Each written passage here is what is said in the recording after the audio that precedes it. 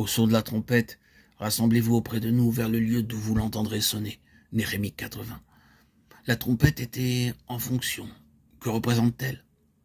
Je pense que les trompettes de l'Ancien Testament sont toujours des types de la voix du Saint-Esprit. En d'autres termes, ce que l'Esprit dit aux églises, c'était au son de la trompette qu'Israël se déplaçait dans le désert. Toutes les fois où il devait se déplacer, la trompette retentissait.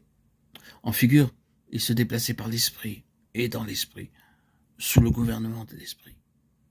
Cela est, bien entendu, plus qu'évident dans le livre des Actes. Le gouvernement de la voix de l'Esprit.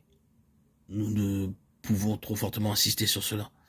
Peut-être suis-je en danger d'essayer de trop condenser sans accorder à chaque point la considération requise. Mais faites bien attention à ceci. J'énonce maintenant une chose très terrible, mais je suis parfaitement conscient de ce que je dis. Je l'ai éprouvé sur une bien vaste partie de ce monde. En vérité, il y a très peu de chrétiens qui connaissent la signification de la vie dans l'esprit. Des multitudes savent ce qu'est la vie dans l'âme du chrétien avec toutes ses émotions, ses impressions, ses impulsions. Savoir ce que dit l'esprit. Connaître la vie dans l'esprit, être guidé par l'esprit, être assuré par l'esprit. L'esprit disant au-dedans d'eux, non ou oui. Ils ne savent à ce sujet que très peu de choses. Très peu connaissent quelque chose à cet égard. Ils sont soit guidés par la tradition et cherchent à savoir de quelle façon telle ou telle chose a toujours été réalisée, ou ils sont guidés par quelque système de vérité ou de doctrine fixée et établie, par ce qui est la chose établie, ou ils sont guidés par la présente forme du christianisme cristallisé et organisé, qui est tellement rigide et établi que rien d'autre ne peut être autorisé à avoir une place. S'ils devaient dévier de la largeur d'un cheveu de la façon dont on agit dans ce christianisme, ils seraient dans l'erreur, des hérétiques. Ils sont gouvernés, guidés de cette façon et ne connaissent pas la vie dans l'esprit. Je ne dis pas que la vie dans l'esprit soit un démenti de la vérité ou de la parole de Dieu ou de tout ce qui est vital pour Dieu. Mais je dis qu'il y a quelque chose de plus que simplement un système traditionnel établi. Être conduit par l'Esprit de Dieu et le livre des actes en est une démonstration. Signifie que vous n'êtes pas autorisé à vous installer dans une position immuable, irrévocable, qui est fixée et définitive. C'est là un des grands mouvements du livre des actes. Les apôtres étaient tous disposés à faire de Jérusalem le quartier général du christianisme. Jérusalem allait être pour le monde le centre de tout, et ainsi la chose s'édifierait et se consoliderait à Jérusalem.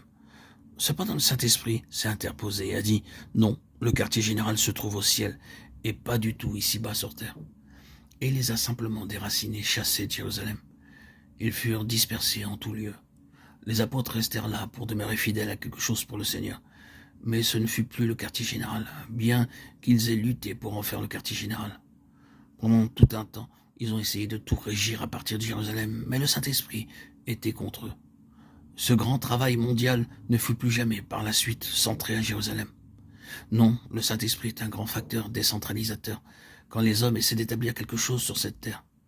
Entrez dans la vie de l'Esprit, et vous ne saurez pas ce qui surviendra après, ni où vous serez par la suite. Vous ne pouvez pas dire « je serai ici ou là », le Saint-Esprit a sa propre voix. Il souffle où il veut, Jean 3:8. C'est la grande vérité ici. La vie dans l'Esprit est ainsi. Vous ne pouvez jamais dire « eh bien, je serai en tel et tel lieu pendant tant d'années, et puis je changerai d'emplacement ». Il se peut que vous soyez tout surpris par ce que le Seigneur fera. Même aux hommes les plus spirituels du Nouveau Testament, leur programme ne leur a été pas attribué par avance. Il leur était seulement permis de suivre la même direction jusqu'à un certain point, et ensuite, ils étaient arrêtés par le Saint-Esprit. Quand ils tentaient de poursuivre, le Saint-Esprit ne leur permettait pas. Ces hommes sont sous l'autorité du Saint-Esprit. Il a les choses en main, le quartier général se trouve au ciel. Il en était ainsi alors.